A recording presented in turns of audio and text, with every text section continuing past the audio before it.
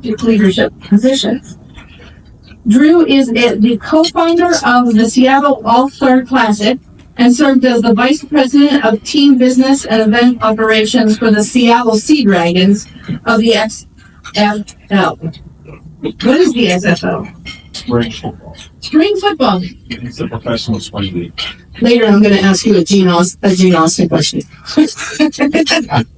Dambreville was a scholarship track and field athlete at the University of Washington, graduating in 1999. Ladies and gentlemen, please welcome Drew Dambreville.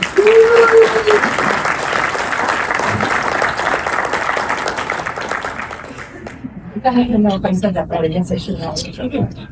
You're close.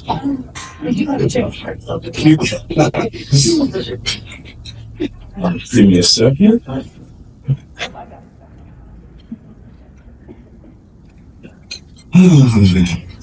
How's everyone doing this afternoon? All right. It's truly an honor to be here today. Standing before such an inspired audience that shares a passion for sports and community and business. As the Chief Operating Officer of the Seattle Seawolves, I have the unique privilege of witnessing firsthand the tremendous impact that sports can have on local economies, business, and communities. In my role as COO, I'm responsible for the overall success of our franchise. And that includes the business and event operations. My job includes overseeing the ticket and retail sales, our partnerships, marketing strategies, game day operations, fan engagement, community engagement, and much more. We are a startup, so I wear about 10 hats all over the group. Sports has long been essential to the fabric of our society. We are living proof of the incredible power that sports team can wield, not just on the field, but within the community, and more specifically in supporting local businesses. When we think of sports, we typically think of the athletes, the games, the fans, the electric atmosphere of the field stadiums, but we often overlook the larger economic engine that drives the community when sports are involved. It's more than just the matchups and the highlights. And what happens off the field is what's happening, or what's happening on the field is what's happening off the field.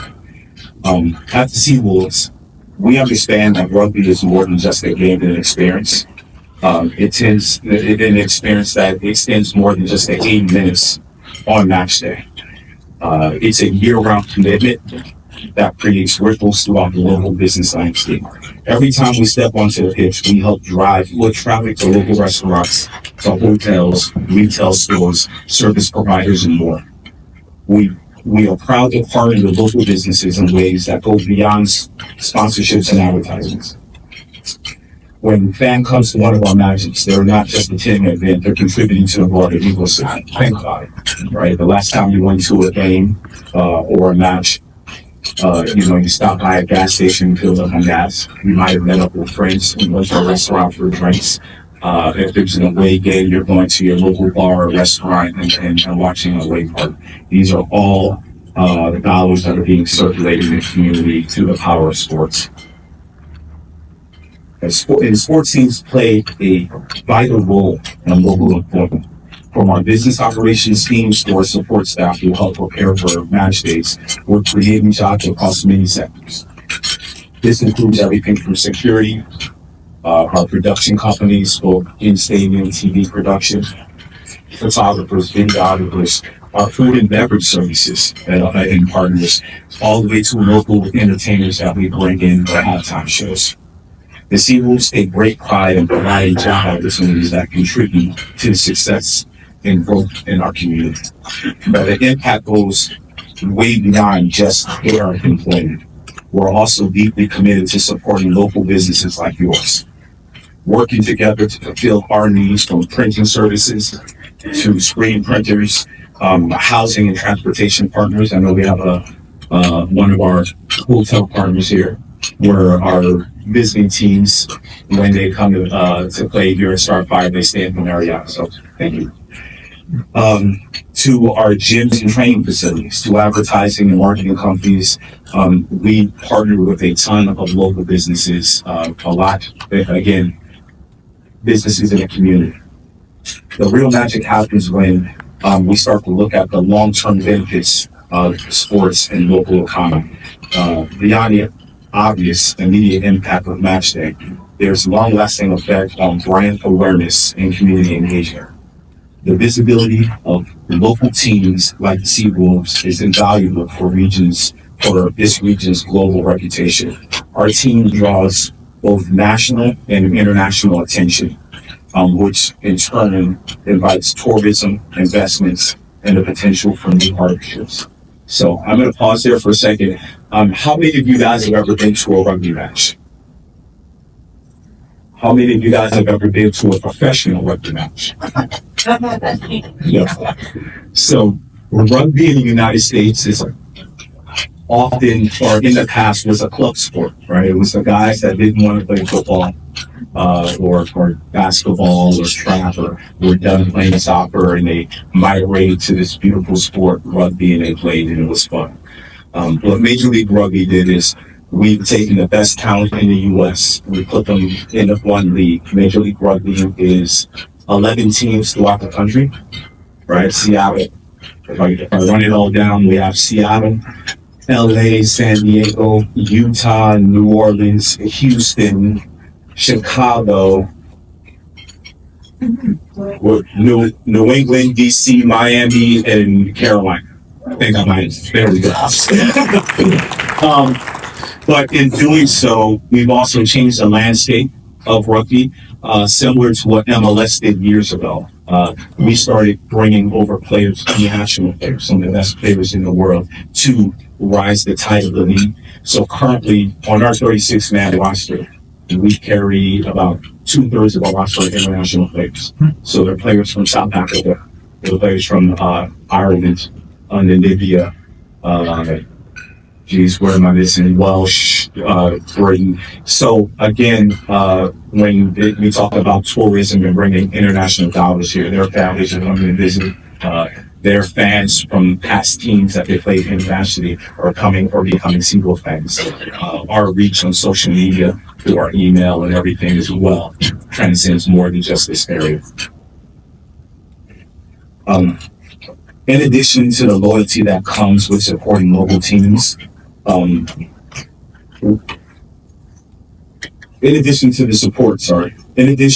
loyalty that comes with supporting local teams creates an emotional connection with brands and community. Fans don't just support their team, they support the businesses that sponsor their team. The businesses that serve them on game days, and that contribute to the culture that surrounds their team. This fosters a strong sense of civic pride and, in return, loyalty to local products and services. Local brands are recognized, celebrated, and often favored simply because they're part of the larger Seawolves experience. If you have time to make it over to our display over there and look at our game kits, our home and away jerseys, you'll see front on chest is Lafayette, right? Local, we have the city of Tukwila on our back. We have Virginia Mason, Franciscan Healthcare as well. So we always look to partner and showcase our regional businesses, so that, again, we play nationally on ESPN or ESPN2, plus Rugby World Network. So again, there's a global reach for the local brands that we partner with. Big walk that's good too. Yeah, right. There you go.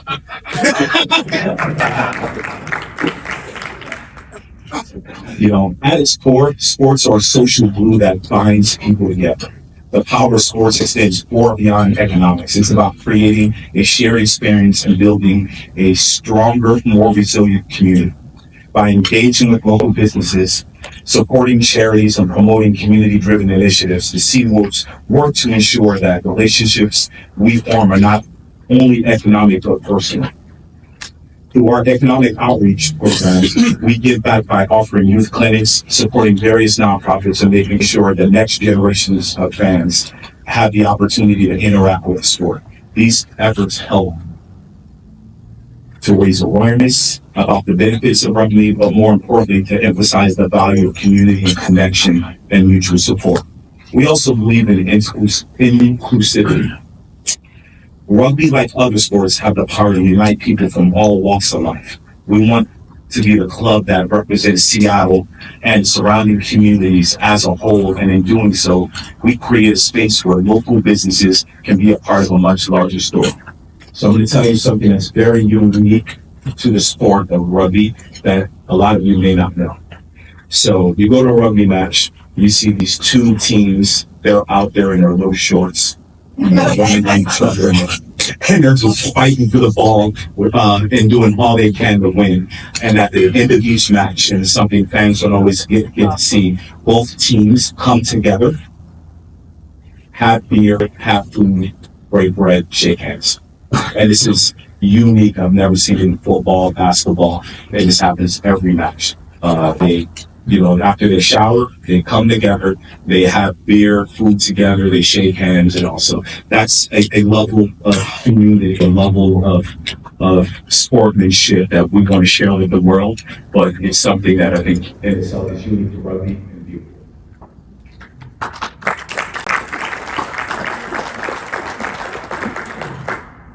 In conclusion, the power of sports on local business is undeniable. It's an intricate dance between athletic performance, community engagement, and economic impact. From driving commerce, to creating jobs, to building brand awareness, to amplifying community connections, to elevating the region's profile on the world stage, sports bring more than just excitement to the table when we drive sustainable growth.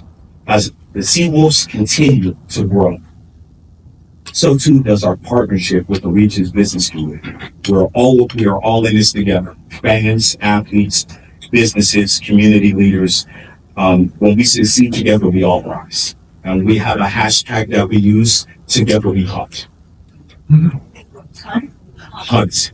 Together We Hunt.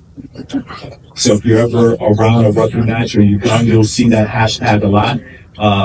Together We Hunt, because teams come together. So we believe that whether in a business community, whether you're in just the social aspect of the community or you're on the pitch as a team, that unity and being together, it matters.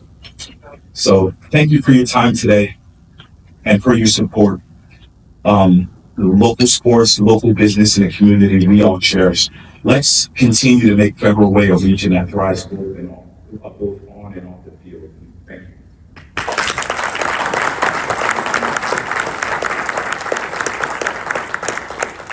you. Questions? Yes. I want to be in here. When does the season end? And is Lamar Nagel one of your investors? So Lamar Nagel is on soccer. I know he is, but I thought We've had him out for the match. We probably get him out again. But he's yes. But our season, we actually just kicked off our 2025 campaign. Our first home match is this upcoming Saturday, March 8th, at Starfire. We currently play at Starfire Stadium. It's amazing. We have a rematch of our championship game. We lost to the New England Free Jacks last year in the championship. So they'll be visiting Seattle, and it's her time to get a little bit of revenge, a little bit of payback. That game will get held to as the Coffee Cup. so. I was listening to your stats, and you've done very well in your short time period so far. Why is that? Our success, I think, our ownership group, I'll give it to them, our owner. So rugby's unique, I believe, in the United States than most other sports. When you think of soccer and MLS, it was worked out of a demand for more soccer, right? Rugby did the opposite route. It was a group of passionate expats and Americans that were very wealthy and said, you know what, I want to bring rugby to the U.S. So they created a league. And then they said, all right, now that we have this league, we got to go find some people who are interested in this league. So it's the reverse. So I think our success comes from the passion of rugby base, but also our ownership group willing to invest in something and have that vision. Then go out and find the necessary people. Our coaches from Ireland. So we're importing people. We have probably close to 25 people that are on base on work visa that come here to play for us for a season and then return back to their country. That includes coaches and stuff. So it's an extreme investment, but I think it's that rugby culture that drives us as an organization and drives our success. How did you get there? Phone call. I do know. So, as previously stated, I was the vice president of the XFL franchise that was here. The XFL and the USFL, which were competing spring leagues, decided to merge and create the UFL. I was not prepared to move to Alabama or Memphis or one of these new. So being in Seattle since '95, I wanted to be here. Received a phone call from a member of the ownership group, like, hey, what are you doing now? And a few interviews later, you're in.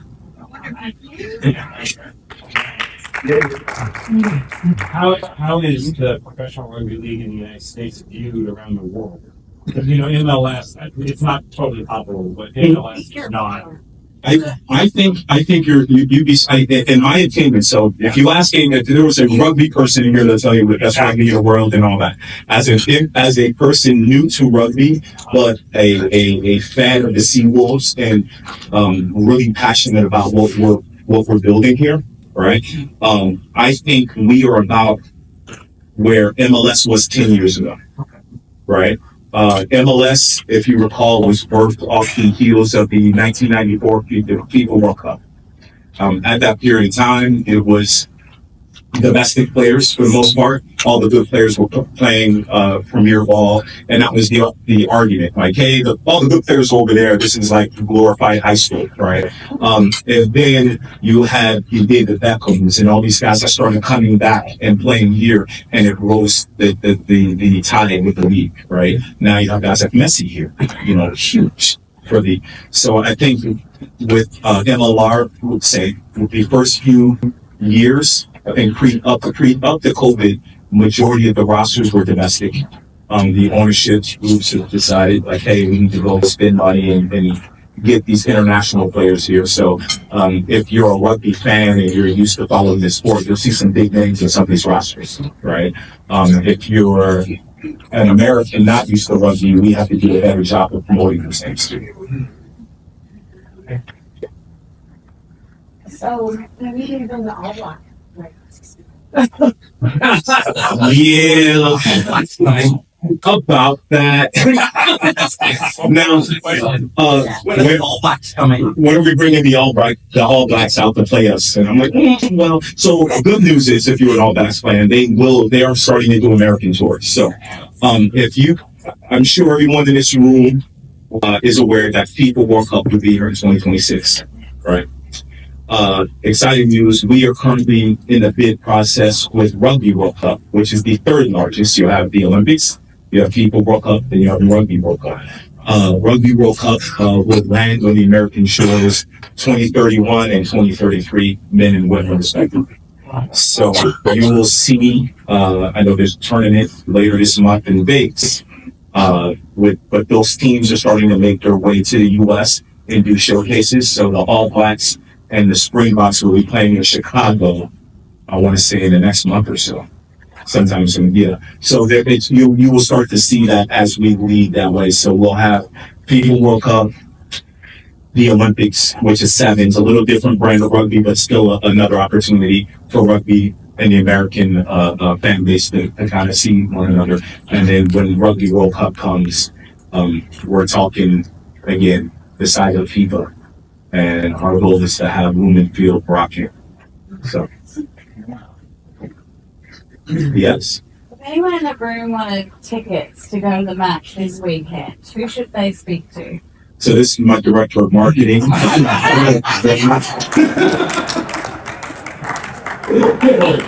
And this is what we like for. So, so no one stand up. I would say, don't let the baby face fool you. Noah's our manager of ticket and guest experiences.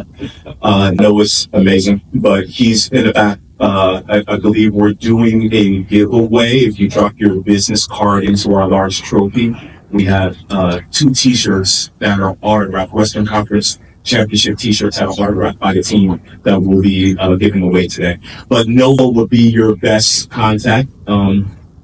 One of the things I was challenged with coming in, so I joined the team in August, and similar, we are a startup. Our ownership group was like, this is what we have. You know, I attended maybe the last 4 matches and just sat back in the corner and just watched the flow of people, how things move, opportunities. And we played Starfire. And anyone here that's familiar with Starfire, it's Starfire. It's not any, I don't have suites, luxury suites or anything. So we have to be creative.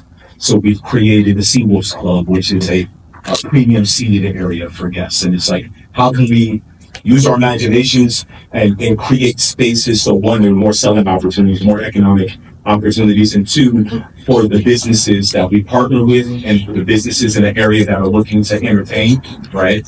What we often find is that if you're a small to medium-sized business and you want to entertain your clients or do something along those lines, you're priced out of a Kraken game, you're priced out of most Mariner games and all. So we provide a solution to that in terms where it's very cost effective to come out, have a bedside cabana or an elevated experience, entertain 10 to 15 people and not work your day. Yes. Just to follow through, if a business wanted to get engaged in sponsorship or some other thing, which of this fabulous team would they contact? You can contact Peyton, who's my manager of partnerships, is not here. But if you contact me, the good thing of being a startup is that we have a business suite. I can take 10 steps and be next to my partnership guy, another 5 steps and be next to my ticket guy. Right? But we all work to help one another. So if anyone in this room is interested in learning more, please let's connect. And we can, I would say, let's have you out to a game and experience it, because I'm confident in our product, right? As each one of you guys are in yours, and if you attend a match, the conversation will be great afterwards. Questions? Anything else? We're good. Thank you again, and for the team.